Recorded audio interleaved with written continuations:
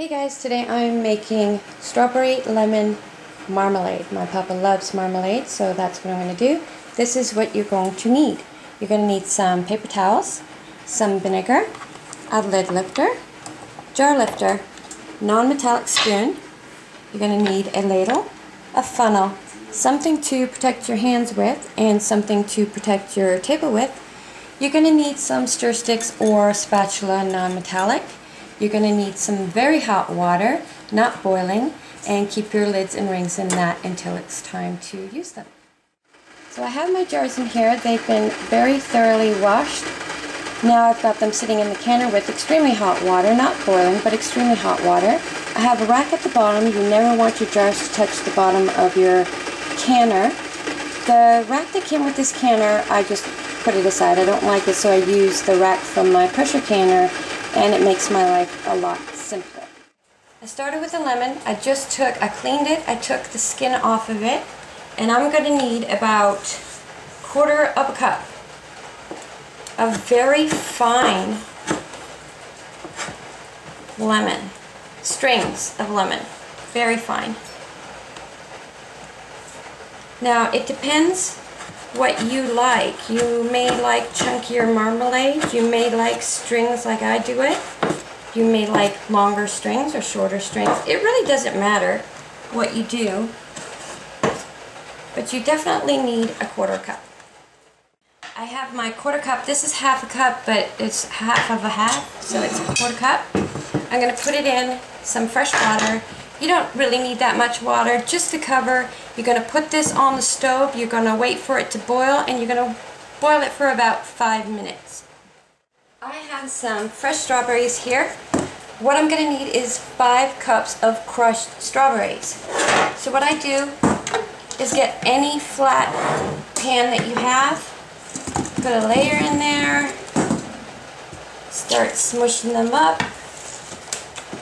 Doesn't take long to do this at all. You can make it as chunky or as thin as you like. It's not going to affect it in any way. It's a totally up to you kind of thing.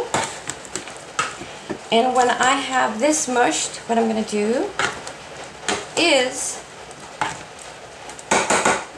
transfer it into my measure cup. And I'm going to keep doing this until I get 5 cups, and then I'll come back. The lemons have been boiled down for about 5 minutes.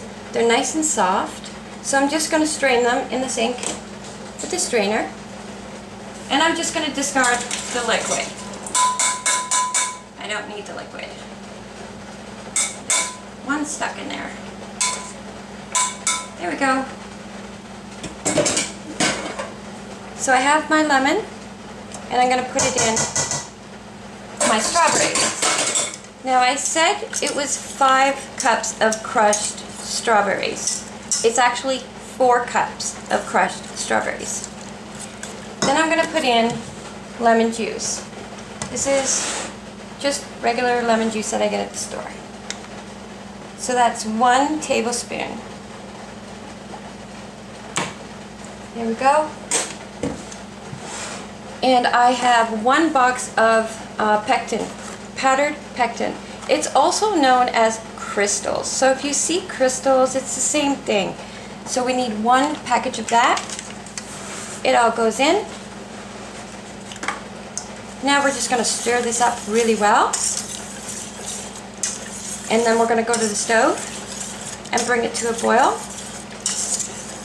So I'll meet you there.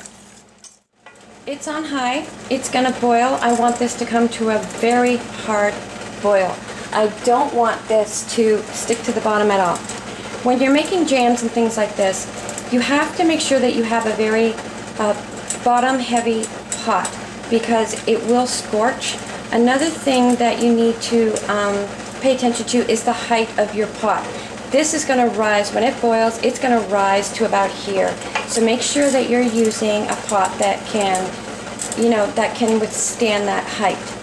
Another thing that I find over the years when I have things like this that are going to scorch on the bottom is I try to use these flat edge spoons. because it picks up more on the surface with less effort. If I'm using a small little spoon like this, the only thing that I'm going to get is this much of the bottom of the pot compared to this much space. So doing it this way, it's going to take a lot more, and there's more probability that it may scorch. So I find using these sorts of things really helpful. It's kind of like a shovel, and it just, you know, it makes everything go much smoother. So when this comes to a very, very hard boil, I'll come back.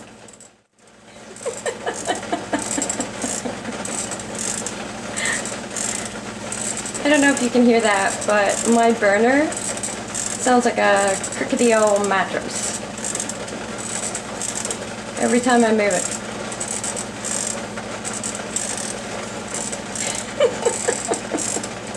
That's pretty funny to me. We're at a very high boil. I'm going to put about a half a teaspoon of butter in.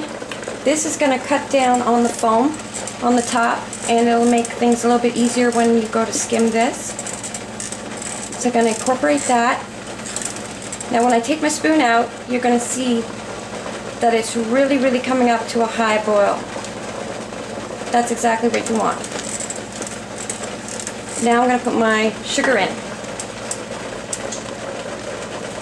I have 6 cups of sugar, and I'm going to put it all in at once. And I'm going to stir this around really well, and I'm going to bring this up to a very hard boil again. Once I get up to a very hard boil, I'm going to set the timer for 1 minute, but the entire time I am not going to stop stirring.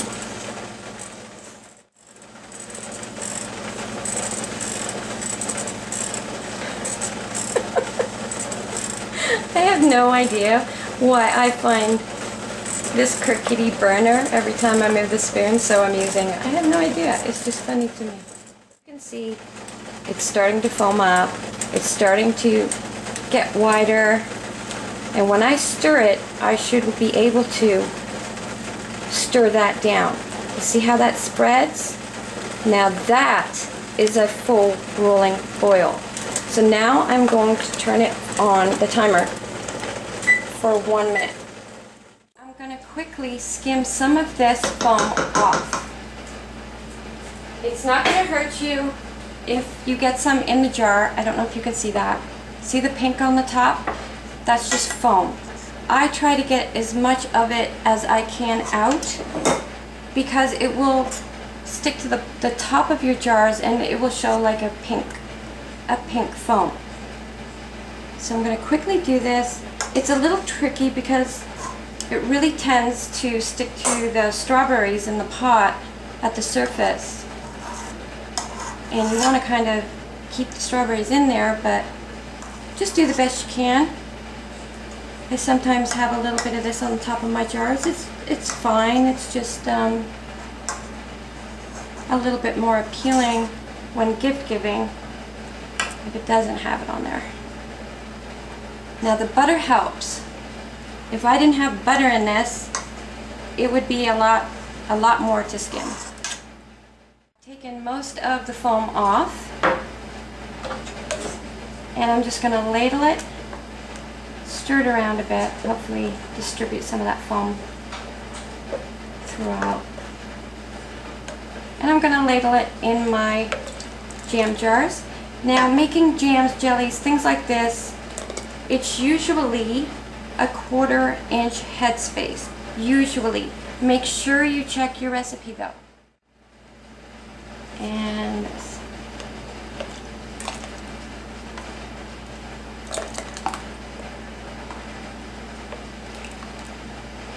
This is the last one I'll do. I won't bore you with the other ones. So the next thing you're going to do is, I don't know if you can see this, but I will try. Debubble. And it's liquid, I know, but you have to make sure that you do this step. Don't miss this step.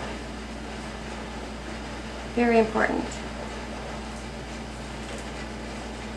Now I'm going to top these off just a little bit. Just a little bit. And I have kitchen work towels down, just old towels that are specific to the kitchen now. So it doesn't really matter if I get marmalade and all that kind of stuff all over it. This is very, very hot. So I got my vinegar, and I'm going to make sure that the rims are really super clean and free of anything.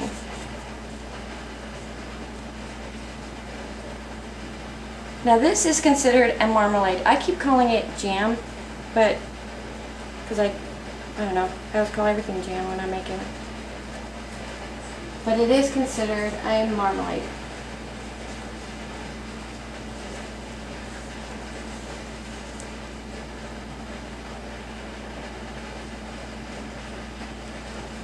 And here's the last one.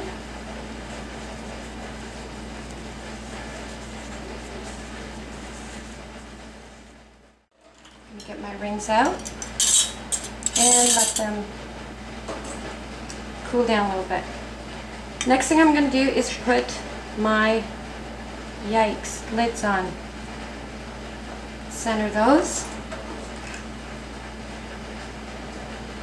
Make sure they're centered, just like that. And then I'm going to take my rings and I'm going to screw them on. Now, this is a big debate here. What is finger firm, finger tight, whatever you want to call it. I see it as first resistance. I'm going to feel that first resistance and then I give it a tug. That's how I usually do it, but everybody's strength is different. So it's first resistance and then a tug. This way always works for me. First resistance and a tug. Now I'm going to put these back in the canner and fill up the rest of my jars, and when I'm done, I'll come back. I have my canner on high, so I'm just going to put the lid on, and I'm going to wait for that to get to a full rolling boil, and then I'm going to time it for 10 minutes. I can hear that it's at a really high boil in there, so I'm going to set my timer for 10 minutes, and then I'll come back. 10 minutes is up. I've taken it right off the burner. I'm going to open it up, and I'm going to let it sit there for 5 minutes. These are finished. I let them cool down for 5 minutes. I put them on my counter. They're going to sit here for 24 hours, untouched, unmoved. All you have to do when you wash your jars is take the rims off, like so. Make sure all of the food product is off your jars. This is a really important step. I find that when you just wipe your jars down, you can still have some residue on them when you go back and look at them later or get one later and you realize the cloth wasn't quite strong enough and you probably should have given it a bit more scrub. So this is what I do with all my jars. And that's it. I'm done dating, I'm done labeling. Make sure that you date your jars. It's really, really important no matter what you're canning. If you're not a marmalade lover, I encourage you to make this because it's not as tangy as your normal marmalades. It's a perfect blend of tang and sweet. Till next time, hey do.